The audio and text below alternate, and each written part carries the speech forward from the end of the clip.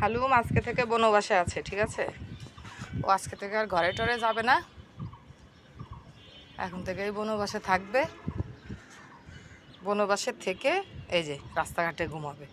আর কে কে হালুমকে adapt নিতে চান বা নিয়ে যেতে চান, আমি তাকে দিয়ে দেবো, ঠিক আছে? কারণ এই দুষ্টু পাখি আমি আর রাখতে চাই না, প্রচণ্ড জ্বালাতন করে। আমি শান্তির জন্য আনছিলাম ওরে, কিন্তু আমার শান্তি নষ্ট। চুলের মধ্যে এখনো শুয়েছে, আমি আমি অ্যাক্টিং করতেছে চুলের মধ্যে শুয়ে শুয়ে ও অ্যাক্টিং করতেছে। অ্যাক্টিং ওর পিঠের মধ্যে দেবো আমি, হ্যাঁ?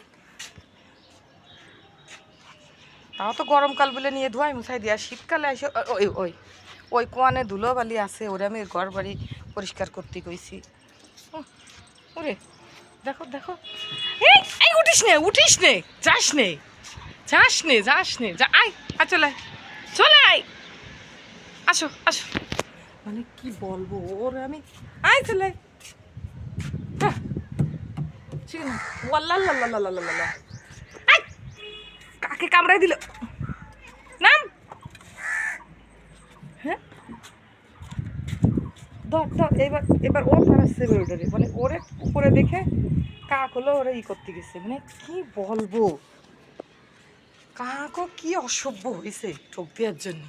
মনে হয় ওইখানে বাসা করছে তো ও ভয় পাচ্ছে যে ওর বাচ্চা ধরে কিনা। মনে মা কাক হবে একটা, দেখছিস তো?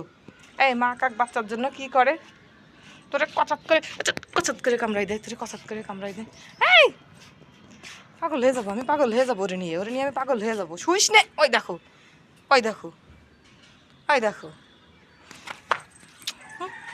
উঠিস নে।